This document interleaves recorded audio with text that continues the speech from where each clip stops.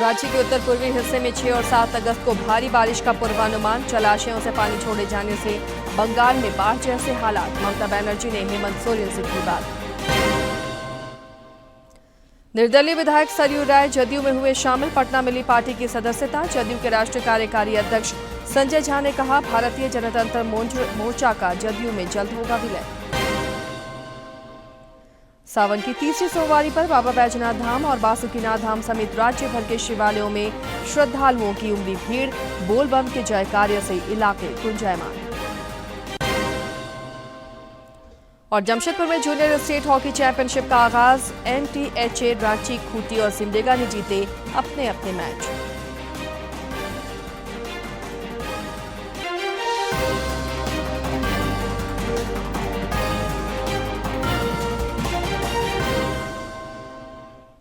नमस्कार, खबरें झारखंड में आपका स्वागत है। मैं हूं आसिया नाजली और अब बढ़ते हैं खबरों की तरफ आगे।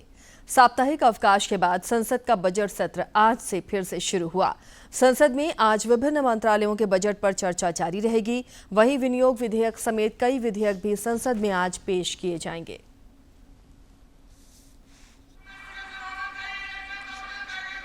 रामप्रीत मंडल,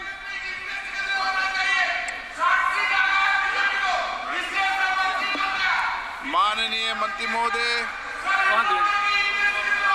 माननीय वित्त मंत्री जी, एक विवरण सभा पटल पर रख दीजिए। माननीय सदस्य, अध्यक्ष महोदय, हम सभी जानते हैं कि भारत एक कृषि प्रधान देश है और महोदय जिस राज्य से मैं आता हूं, बिहार से, वहां भी नदियों में बाढ़ और सुखाड़ से जो जमीन बच जाता है, अधिकतर किसान उसमें खेती ही करते हैं।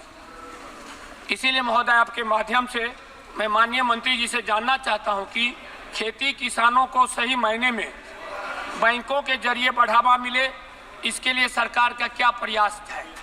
माननीय वित्त मंत्री जी। माननीय अध्यक्ष जी,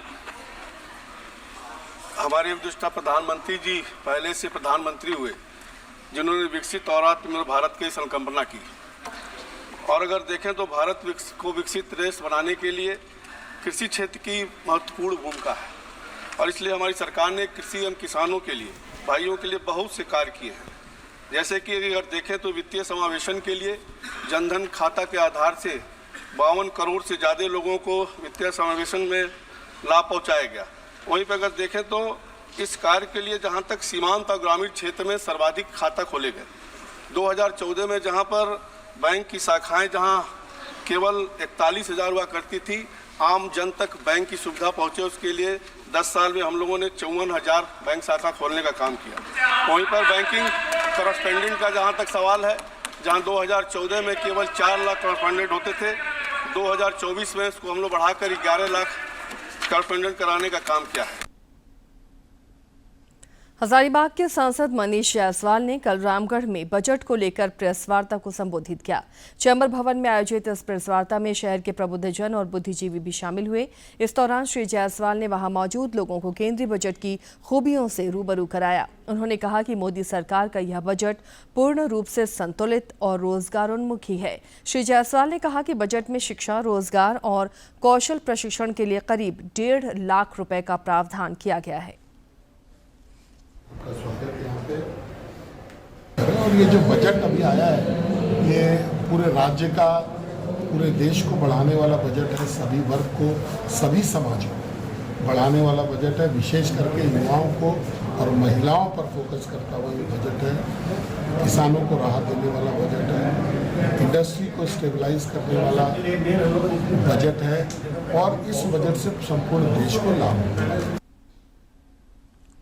राज्य में मानसून गतिविधि सामान्य है। मौसम विज्ञान केंद्र ने राज्य में 10 अगस्त तक रुक रुक कर बारिश होने का अनुमान लगाया है। मौसम विज्ञान केंद्र ने अपने पूर्वानुमान में ये भी कहा है कि कल और परसों राज्य के उत्तर पूर्वी हिस्से में भारी बारिश हो सकती है। मौसम विभाग ने इसे लेकर देवघर, धनबाद, गिरिडीह, गोड्डा, दुमका, जामताड़ा, पाकुड़ और साहिबगंज में भारी बारिश का अलर्ट जारी किया है। इधर मूसलाधार बारिश से राज्य के कई नदियों और जलाशयों के जलस्तर में भी काफी वृद्धि देखी जा रही है। स्वर्णरेखा और खरकई नदी भी उफान पर हैं। अति वर्षा की वजह से एहतियातन चांडिल डैम के 4 फाटक खोले गए हैं। सरायकेला जिला प्रशासन ने नदी किनारे रहने वाले लोगों को ऊंचे स्थानों पर जाने का रोक लगा दी गई है।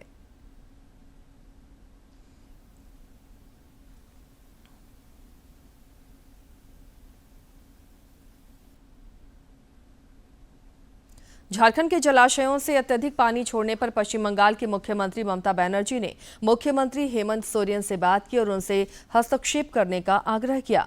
ममता बनर्जी ने श्री सोरेन को बताया कि तेनूघाट, मैथन और पंचेत डैम से पानी छोड़े जाने के कारण पश्चिम बंगाल में बाढ़ जैसी स्थिति उत्पन्न हो गई है। इस बीच डीवीसी मैथन के कार्यकारी निदेशक अंजनी दुबे ने कहा कि अब तेनूघाट से कम पानी छोड़ा जाएगा क्योंकि वर्षा में कमी आई है। मैथन और पंचेत से भी कम पानी छोड़ा जाएगा। इधर असम के मुख्यमंत्री हिमंता बिस्वा शर्मा ने सोशल मीडिया एक्स पर लिखा है कि पश्चिम बंगाल में आई बाढ़ के लिए झारखंड सरकार जिम्मेदार नहीं है। दोनों सरकारों को लोगों की कठिनाइयों को कम करने के लिए मिलकर काम करना चाहिए। पूर्व मंत्री और निर्दलीय विधायक सरयू राय कल जदयू में शामिल हो गए।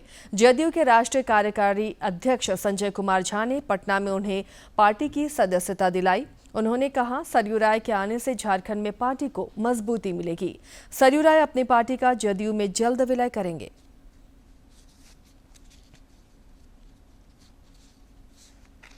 कई बार कहा है कि हमारे विचार वही हैं जो संघ परिवार के विचार हैं।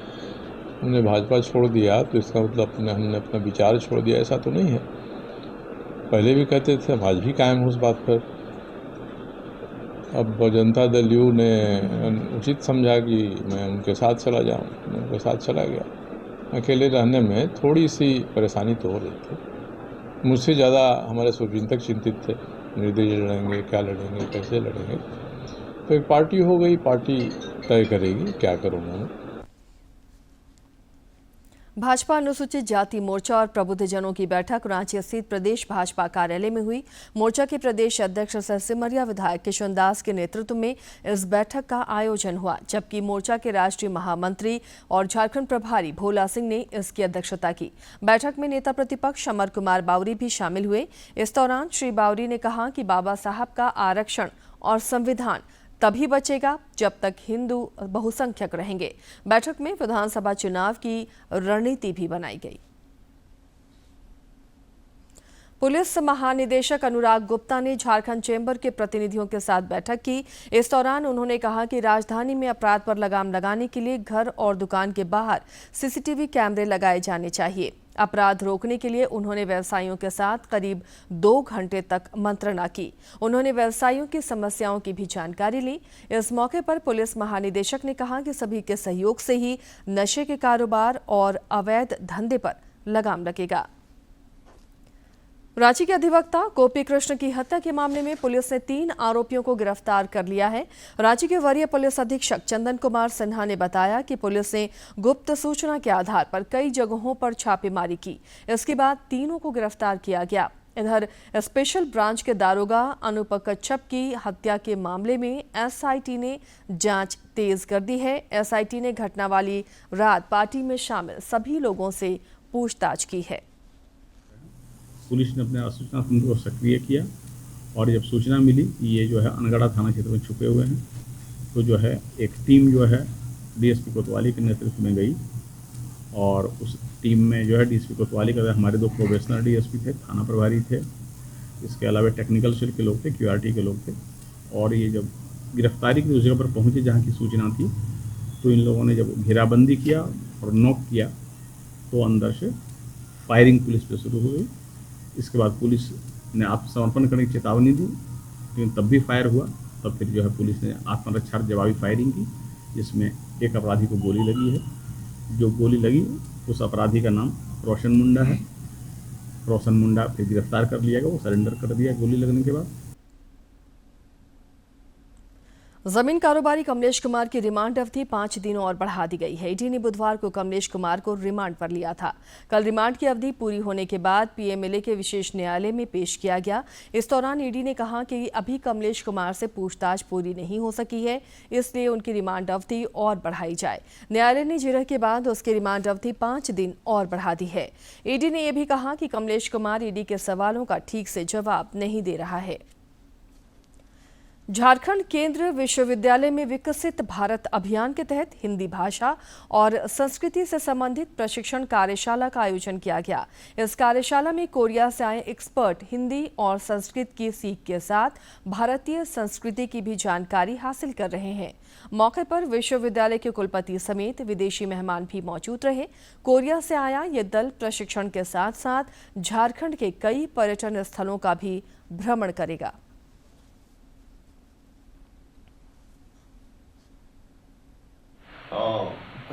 लेकिन मैं थोड़ी थोड़ी हिंदी बोल सकता हूँ, फिर भी मैं आपसे हिंदी में बात करना चाहूँगा। And we plan to spend for 5 days Hindi studying. पवित्र सावन महीने की आज तीसरी सोमवारी है। तीसरी सोमवार पर झारखंड समेत देश भर के तमाम ज्योतिर्लिंगों पर आस्था का जनसैलाब उमड़ पड़ा है। अहले सुबह से ही श्रद्धालु जलार्पण के लिए लंबी लंबी कतारों में नजर आ रहे हैं।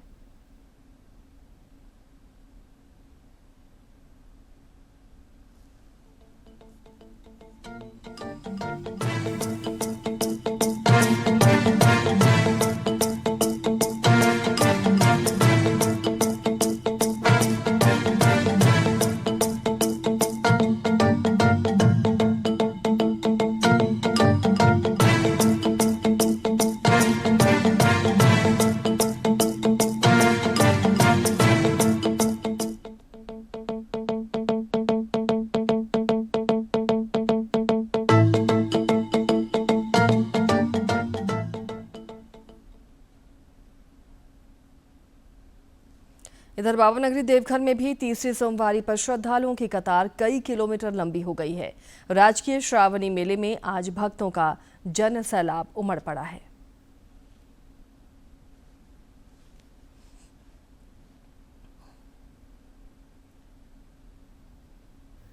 सावन का महीना भगवान शिव का महीना माना जाता है और जब बात सोमवारी की हो तो आध्यात्मिक रूप से इस दिन का महत्व भी काफी बढ़ जाता है। कथाओं के मुताबिक सावन के महीने में हर सोमवारी को समुद्र मंथन में कुछ बहुमूल्य रत्न और चीजें मिली थीं। कहा जाता है कि तीसरी सोमवारी को कौस्तुभ मणि निकली थी। लक्ष्मी और कौस्तुभ मणि भगवान विष्णु के पास रहते हैं और कहा जाता है कि ये भक्तों को ऐश्वर्य, धन और सुख शांति प्रदान करता है। इसलिए सोमवार को खास तौर पर शिवालयों में भक्तों की भीड़ उमड़ पड़ती है। इस दिन खासी दिन है। हर एक दिन सावन का जो महीना होता है ये पावन महीना होता है। इसमें जो जलाभिषेक करते हैं वो अश्वमेध यज्ञ की प्राप्ति होती है। और सोमवार का ऐसा दिन है कि भगवान का सबसे प्रिय तिथि वो सोमवार का तिथि है, क्योंकि सोम चंद्रमा का प्रतीक है और चंद्रमा अपने मस्तक पर धारण करते हैं। तो आज के दिन में जो भी जलाभिषेक करते हैं उसके लिए मनोवांछित फल की प्राप्ति होती है। बाबानगरी देवघर में भक्तों की अटूट आस्था है। वैसे तो सालों भर भक्त यहाँ जलार्पण के लिए दूर दराज से पहुँचते हैं, लेकिन सावन की सोमवारी पर आस्था का सैलाब उमड़ पड़ता है। आज सुबह सवेरे से ही भक्तों की भारी भीड़ बाबा धाम में देखी जा रही है। एक अनुमान के मुताबिक आज लगभग 3 लाख कांवड़ियों के जलार्पण करने की उम्मीद है। वैद्यनाथ धाम की बात करें तो यहाँ पर जब शिव की पूजा करते हैं तो बाबा वैद्यनाथ ज्योतिर्लिंग के साथ साथ माता आदिशक्ति हृदयापीठ और हरिहर मिलन स्थली के रूप में श्री हरि नारायण की भी पूजा होती है। अर्थात जब हम बाबा वैद्यनाथ ज्योतिर्लिंग पर जल चढ़ा रहे होते हैं तो सभी देवताओं के ऊपर में एक साथ में जल चढ़ता है और सभी देवताओं का आशीर्वाद सबको प्राप्त होता है। वो तो ही प्रशासन तो इसको खाली करा रही है, लेकिन अगर ये भीड़ रह जाती है तो व्यवसाय के लिए अच्छा होगा कि ये आज का जो भीड़ है वो रह जाएगा तो कल परसों ये 2-3 दिन में रहेगा और भीड़ ये बाजार में चलेगा। लेकिन आज के भीड़ प्रशासन यहाँ से खाली करा देगी तो ये भीड़ आज का आज ही खत्म हो जाएगी। देवघर डीसी विशाल सागर ने बताया कि आस्था के उमड़ते सैलाब को देखते हुए प्रशासन ने तीसरी सोमवारी के लिए भी पुख्ता व्यवस्था की है। देवघर बाबा मंदिर में दर्शन के लिए रविवार देर रात से ही लंबी कतार लग गई थी। सुबह 3:50 पर मंदिर का पाट आम भक्तों के लिए खोल दिया गया और उसके बाद जलार्पण शुरू हुआ। सोमवार गया, दूसरी सोमवारी को आप लोगों को जानकारी है कि करीबन 2,70,000 श्रद्धालुओं ने जलार्पण किया था। अभी रूट लाइन में जितने श्रद्धालु लगे हुए हैं और जितना फीड आ रहा है शिवगंगा से, उसको देखते हुए लगता है कि सेकंड सोमवारी के मुकाबले तीसरी सोमवारी को ज़्यादा श्रद्धालु जलाभिषेक करेंगे बाबा का। सावन के पूरे महीने कांवरिया भक्तों की भीड़ तमाम शिवालयों में नजर आती है, लेकिन बाबा नगरी देवघर की अपनी महत्ता है। लाखों कांवरिये हर दिन यहां बाबा का जलाभिषेक करते हैं। देवघर से मनीष दुबे की रिपोर्ट। राजधानी रांची स्थित पहाड़ी मंदिर में भी सवेरे से ही श्रद्धालुओं की भीड़ उमड़ रही है। भक्त बाबा भोलेनाथ के जयकारे के साथ जलार्पण के लिए मंदिर पहुंच रहे हैं। यही नजारा राज्य के अन्य शिवालयों और मंदिर में भी देखने को मिल रहा है।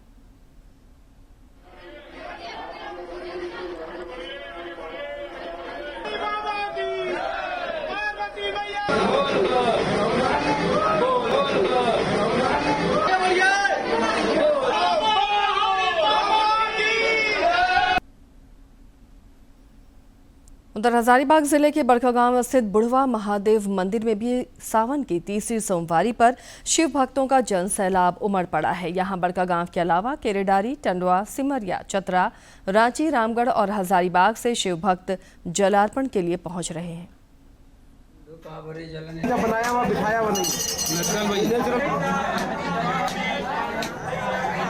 वहाँ लिखा क्या हुआ है कोई नहीं पढ़ पाएगा, कैथी अक्षर में है। और क्या क्या है वहाँ पे? और वहाँ शिवलिंग है, पूजा होता है, वहाँ लोग जाते हैं लोग।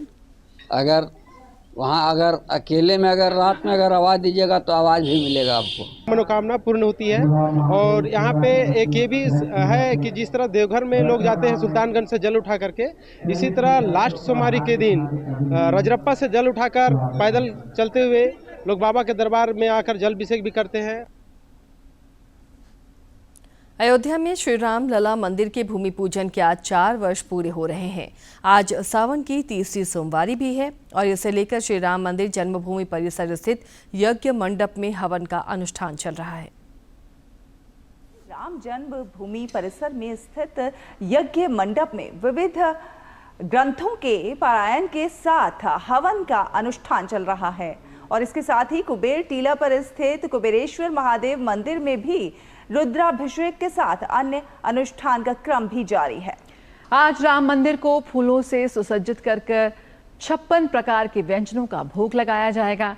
आज ही के दिन 4 साल पहले यानी कि 2020 में प्रधानमंत्री नरेंद्र मोदी ने अयोध्या में प्रभु श्री राम के मंदिर का भूमि पूजन किया था।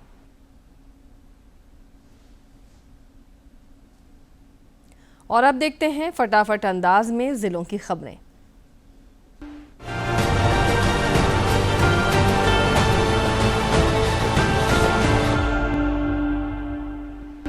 ओडिशा के राज्यपाल और झारखंड के पूर्व मुख्यमंत्री रघुवर दास नई दिल्ली में राष्ट्रपति भवन में आयोजित राज्यपाल सम्मेलन में शामिल हुए। वापसी के समय दिल्ली से रांची आगमन पर बिरसा मुंडा हवाई अड्डे पर उनका स्वागत किया गया। रांची जोनल आईजी के निर्देश पर रांची जोन के 8 जिलों में अपराधियों के विरुद्ध छापामारी अभियान चलाया गया। इस अभियान में 94 अपराधियों को गिरफ्तार किया गया। रांची में 35, गुमला में 20, जमशेदपुर में 19, सरायकेला में 12, चाईबासा 6 और खूंटी में 2 अपराधी गिरफ्तार किए गए हैं। विधानसभा थाना क्षेत्र के नया सराय रिंग रोड के पास एक व्यक्ति का शव बरामद हुआ है। घटना की सूचना मिलने पर पुलिस मौके पर पहुंची और शव को पोस्टमार्टम के लिए भेज दिया। घटना के संबंध में बताया जा रहा है कि सुबह स्थानीय लोगों ने एक शव देखा, जिसके बाद इसकी सूचना पुलिस को दी। कोडरमा जिले के चंदवारा थाना क्षेत्र अंतर्गत उर्वा मोड़ के पास एक तेज रफ्तार कार डिवाइडर से टकराकर सड़क किनारे खड़ी ट्रक से जाकर टकरा गई। इस दुर्घटना में कार सवार एक युवक की मौके पर ही मौत हो गई, जबकि 3 युवक गंभीर रूप से घायल हो गए। दुर्घटना के बाद पुलिस द्वारा घायलों को सदर अस्पताल कोडरमा पहुंचाया गया, जहां प्राथमिक उपचार के बाद चिकित्सकों ने बेहतर इलाज के लिए रांची रिम्स रेफर कर दिया। दुमका स्थित बासुकीनाथ में अवैध शराब विक्रेताओं के होश उस समय उड़ गए जब बासुकीनाथ बस पड़ाव में चाय की दुकान में संचालित शराब के अड्डे का पर्दाफाश हुआ, जिसमें पुलिस ने भारी मात्रा में विदेशी शराब जब्त किया। इस दौरान एसडीओ के साथ उत्पाद शुल्क निरीक्षक भी मौजूद थे। सिमडेगा पुलिस ने तस्करी से जुड़े इंटरस्टेट गिरोह के 8 आरोपितों को गिरफ्तार किया है। आरोपितों के पास से पुलिस ने 3 पिकअप, 1 बाइक, 4 गोवंशीय पशु और मोबाइल बरामद किया। गुमला के उपायुक्त कर्ण सत्यार्थी ने नवाचारी पहल पर पिछले दिनों सपनों की उड़ान नामक साइंस ओलंपियाड का आयोजन करते हुए उत्कृष्ट चयनित 26 छात्राओं को शैक्षणिक भ्रमण हेतु इसरो के सतीश धवन अंतरिक्ष केंद्र श्रीहरिकोटा भेजा गया था। उनके गुमला वापसी पर सम्मान समारोह का आयोजन किया गया। पौधरोपण और चल रहे मानसून के लाभों को ध्यान में रखते हुए एनटीपीसी स्वयंसिद्धा लेडीज क्लब कोयला खनन मुख्यालय रांची ने नीम, पीपल और बरगद के पेड़ लगाए जो त्रिवेणी वृक्ष के रूप में लोकप्रिय हैं। इस कार्य में ग्राम पंचायत प्रधान और आशा होम रांची के सदस्यों ने मदद की।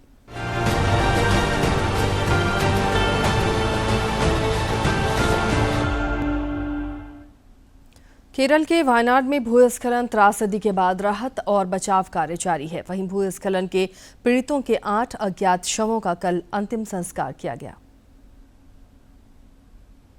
के कारण आए विशाल पत्थर और लकड़ियां मुंडकई और चुरलमाला के आवासीय क्षेत्रों के साथ साथ जलमग्न इलाके में जमा हो गई हैं, जो कि बचाव कार्य में चुनौती पेश कर रही हैं। वायनाड में बचाव अभियान का ब्यौरा देते हुए वायनाड की जिला कलेक्टर मेघाश्री ने बताया है कि बचाव अभियान पूरी तेज गति से चल रहा है और वॉलंटियर भी बचाव अभियान में जुटे हुए हैं। वहीं चीनी प्रधानमंत्री ली जियांग ने प्रधानमंत्री नरेंद्र मोदी को संदेश भेजकर वायनाड भूस्खलन में मारे गए लोगों के परिवारों के प्रति संवेदना व्यक्त की है। और इस अंत्येष्टि कार्यक्रम में राज्य के मंत्री के राजन उपस्थित थे। वायनाड जिले के अधिकारियों ने कहा है कि राहत शिविरों और राहत संग्रह केंद्रों के रूप में कार्य करने वाले स्कूलों को छोड़कर सभी स्कूल आज से फिर से खुलेंगे। और इस बीच राज्य के राजस्व मंत्री के राजन ने यह भी कहा है कि तलाशी अभियान में सहायता के लिए सेना के जवानों और प्रशिक्षित कुत्तों को मेरठ से हवाई मार्ग से भेजा जाएगा। हॉकी झारखंड और नवल टाटा के संयुक्त तत्वावधान में जमशेदपुर में आयोजित जूनियर स्टेट हॉकी चैंपियनशिप का कल आगाज हुआ।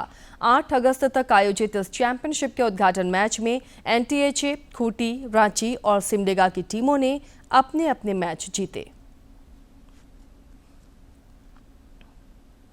हजारीबाग में ग्रामीण खेल प्रतिभा को बढ़ावा देने के उद्देश्य से खेलो विधानसभा हजारीबाग फुटबॉल टूर्नामेंट का आयोजन हुआ। स्थानीय करजन ग्राउंड में आयोजित इस टूर्नामेंट का सांसद मनीष जायसवाल ने उद्घाटन किया और खिलाड़ियों का हौसला बढ़ाया। टूर्नामेंट में 75 टीमें हिस्सा ले रही हैं।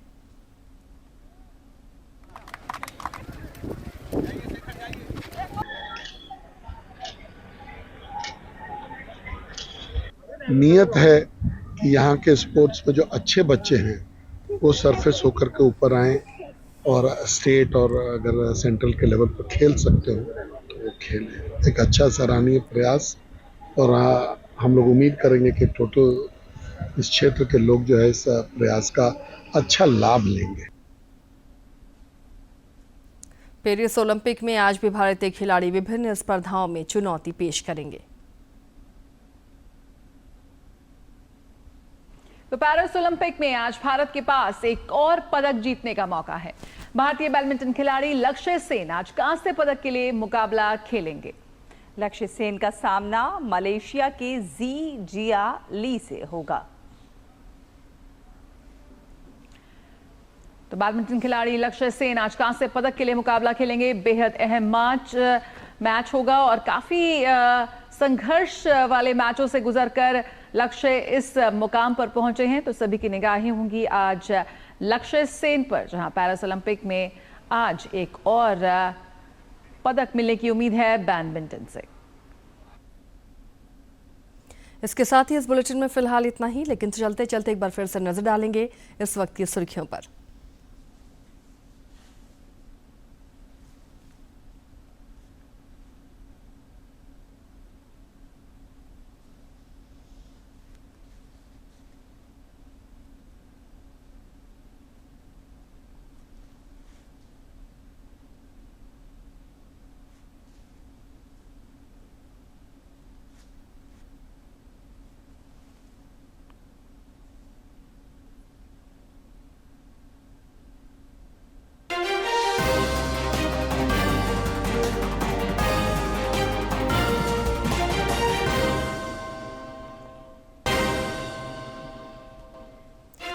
राज्य के उत्तर पूर्वी हिस्से में 6 और 7 अगस्त को भारी बारिश का पूर्वानुमान। जलाशयों से पानी छोड़े जाने से बंगाल में बाढ़ जैसे हालात। ममता बनर्जी ने हेमंत सोरेन से की बात। निर्दलीय विधायक सरयू राय जदयू में हुए शामिल। पटना में ली पार्टी की सदस्यता। जदयू के राष्ट्रीय कार्यकारी अध्यक्ष संजय झा ने कहा, भारतीय जनतंत्र मोर्चा का जदयू में जल्द होगा विलय। सावन की तीसरी सोमवारी पर बाबा बैद्यनाथ धाम और बासुकीनाथ धाम समेत राज्य भर के शिवालयों में श्रद्धालुओं की उमड़ी भीड़। बोल बम के जयकारे से इलाका गुंजायमान। और जमशेदपुर में जूनियर स्टेट हॉकी चैंपियनशिप का आगाज। NTHA रांची, खूंटी और सिमडेगा ने जीते अपने अपने मैच।